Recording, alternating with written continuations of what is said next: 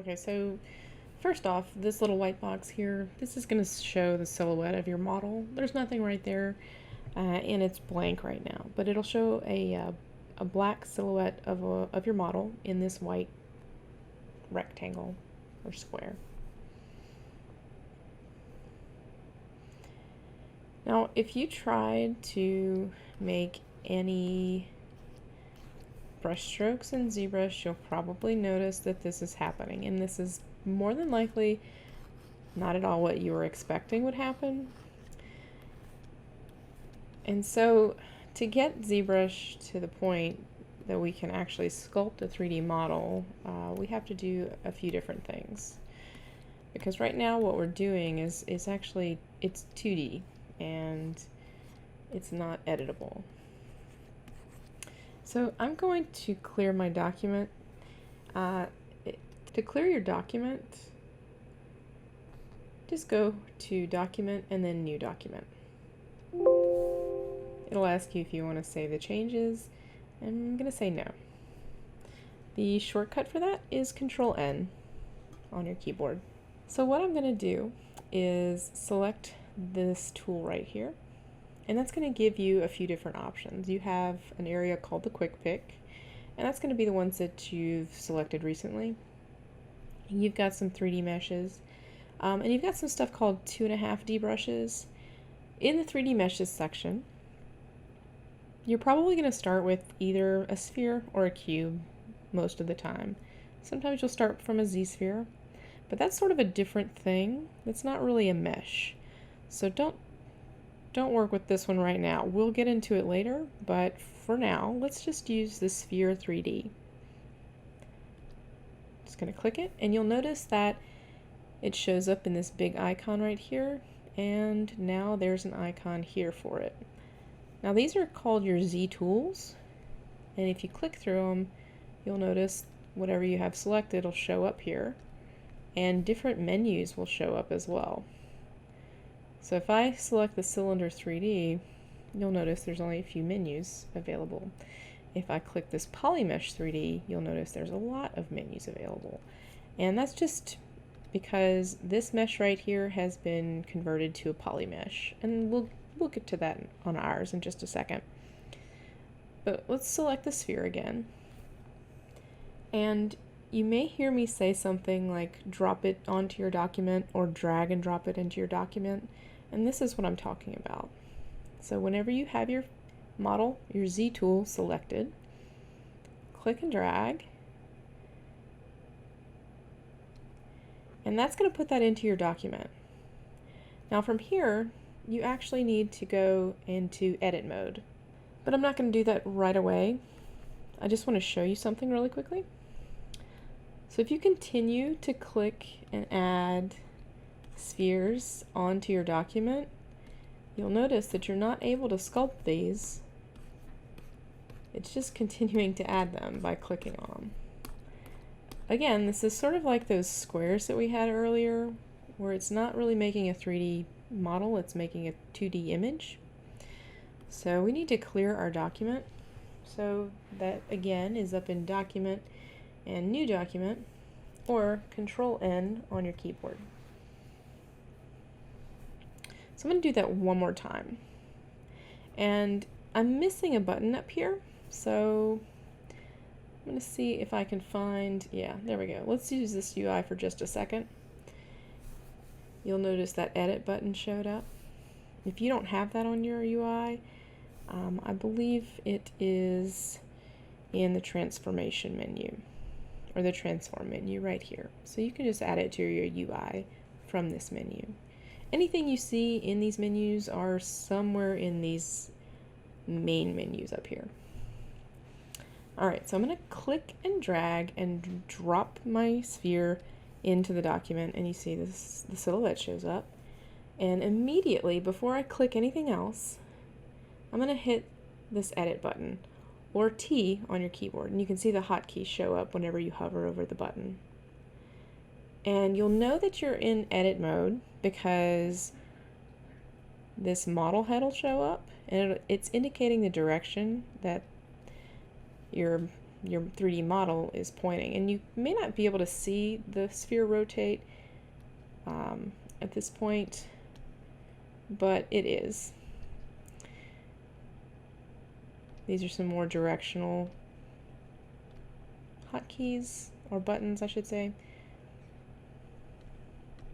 But if you're ever confused as to where your model is facing, sometimes people accidentally model things upside down. So it's a nice little feature that they've added here, and it'll quickly get you back to the front of the model. Okay, so since I've turned it into edit mode, the other thing is this little gray border line has shown up in the document, and that's just showing the editable area. And you might have tried this, but whenever you click on your model, it'll say to enable sculpting, convert it to a polymesh 3D.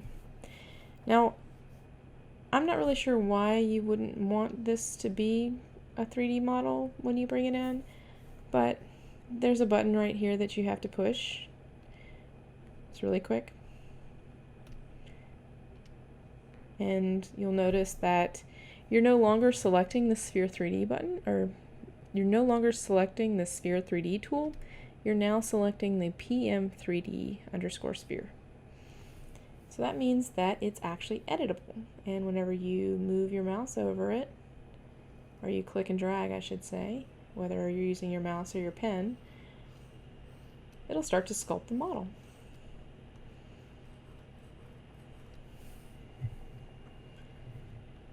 And now whenever I move this, you can see that it actually shows it a lot better now.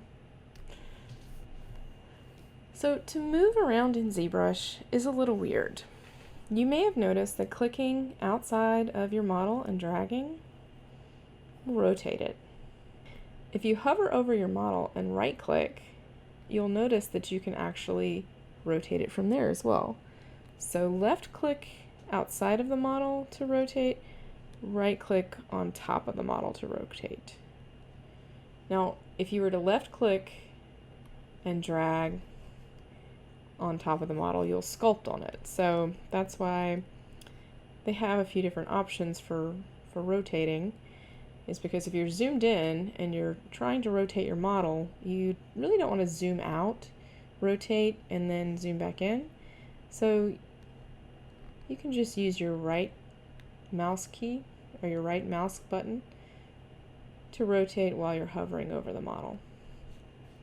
If you're using a stylus, just pick your pen up slightly off of the tablet and click that top button, and it'll rotate that way as well. Your navigation buttons are right here in the menu, in the toolbar. So if you forget how to use them, they're always right there for you. You've got move, you've got zoom, you've got rotate, and rotate is what we were just doing. The next one we want to do is move. So to move your object, hold down Alt, and then click and drag. And whenever you're ready, just let go of it. And that's just Alt.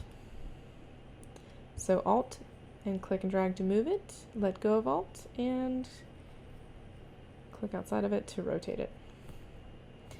Now, the zoom is the weird one. So it's similar to move in that you're using Alt.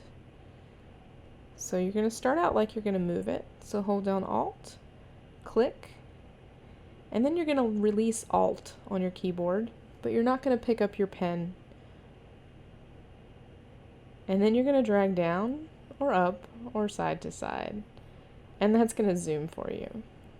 So that one's a little awkward. So rotate, move, those are pretty easy to remember. But to zoom in and zoom out, hold down Alt, click, release Alt, and then drag up and down, or side to side, or diagonally. Now, if you forget any of these hotkeys, or you're curious about any area of ZBrush, hover over the menus and you'll get a title, sometimes a hotkey. But if you want to know more about that button and what it does, hold down Control on your keyboard and hover over the button. And so with these, you'll notice that it actually gives you the hotkey in the expanded tooltip. Now we haven't talked about frame, but if you've used Maya, it's going to be similar to that. If you hit F on your keyboard, it'll frame your model. So if you have lost it somehow out in space, you don't know where it is, just hit F and it should show back up. Now if you want to snap the view, you can use the head up here, or you can hold down Shift and snap when you're rotating. What I like to do is I like to start out rotating, and then hold down Shift, and then it'll immediately snap to where I was hoping it would go. Or you can just hold down Shift and drag. The next button right here is the polyframe, and that's Shift F. Now polyframe it's kind of a dual benefit button. So not only can you see the wireframe, you can also see the group color. Now I'm going to make a group really quickly. We'll cover this again later, but you'll notice that the groups that I'm making are divided by colors. So when you group something and you've got multiple groups, if you turn on polyframe, you should be able to see those multiple groups. I just went ahead and grouped everything back together. And if I continue to group things, you'll notice that it cycles through different colors. So you can always change your group color. So the next thing is this undo history up here. Now you may remember earlier we talked about the quick save and the skipping the history, which mine is turned back off. Keep that back on. And I'm going to take my duration back to 10 because I must not have saved. Make sure that actually saved. Okay, great. Now your undo history is saved for you, and they are right up here in these little buttons. If you come all the way here to the very beginning, it'll go all the way back to the start. And the more that you work on your model, the more undos that your model will save. And the smaller these buttons are going to get. So if you decide at some point to just kind of to scrap the work that you're doing and go back, and then you try and sculpt, it's going to give you a little bit of a warning. And that warning is going to say that, hey, are you sure you want to get rid of all of your work? But usually the answer is yes. One of my favorite features in ZBrush is the ability to sculpt symmetrically. So you can work on both halves of your model at the same time. A lot of other software have recently integrated this to their workflow, but for a long time ZBrush was the only one that had this. I'm really happy that other people are starting to put this into their software. Now the hotkey to turn on X symmetry is X on your keyboard. And you'll notice when you hit X, another little red dot shows up, and you can sculpt symmetrically. If you want to come into the transform menu, you can come down here to the symmetry section, and you'll notice you have the option for X, Y, Z, M, mirror, or R for radial. So if you were to turn on X and Y, you can see now that you can actually sculpt in two directions symmetrically.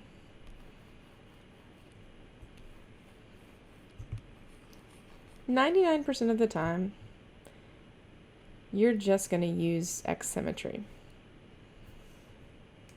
Now I did something called smoothing just then, and I'll cover it in just a second, but I want to go back to the symmetry.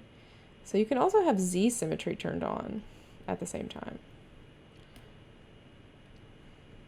But I'm going to turn mine back to X, and I'm also going to back up just a bit.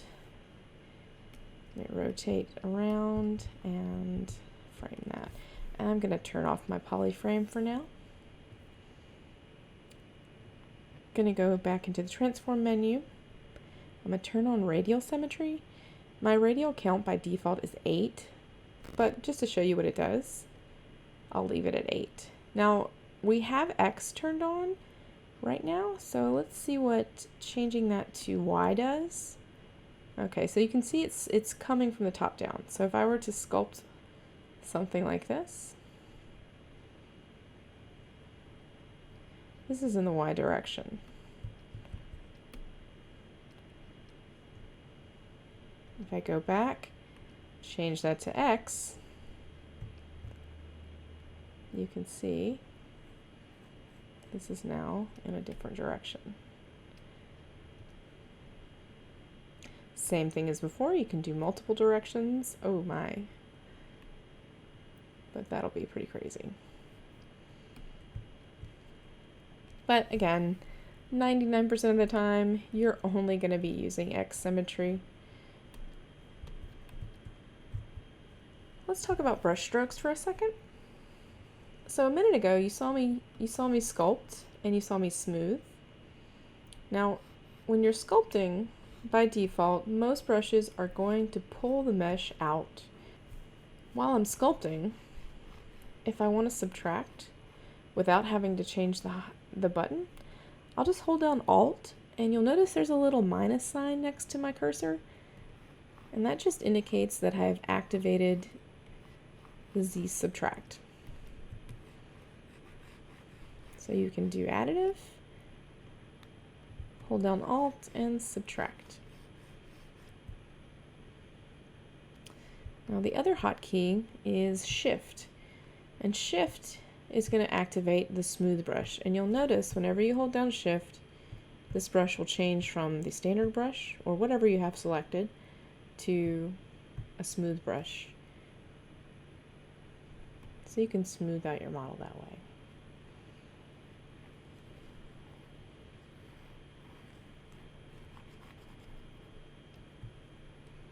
And you'll notice the Z intensity changes depending on whether or not you have smooth activated. So right now my standard brush is only set to 25% strength. If I hold down Shift, my smooth brush is set to 100%. And each brush is going to have its own setting, but these settings change depending on what hotkey you're pressing. Now the other one is Control, or Control Shift. If you hold down Control, you'll get the mask brush. And if you click this, you'll get a few different options. And we'll talk about masking later. And if you hold down Control and Shift, the selection rectangle will show up. And you'll have clip brushes available along with slice brushes and then trim brushes. We'll talk about those again as well later too. But for now, take a minute, sculpt around on your model, smooth it out, and see what you can get.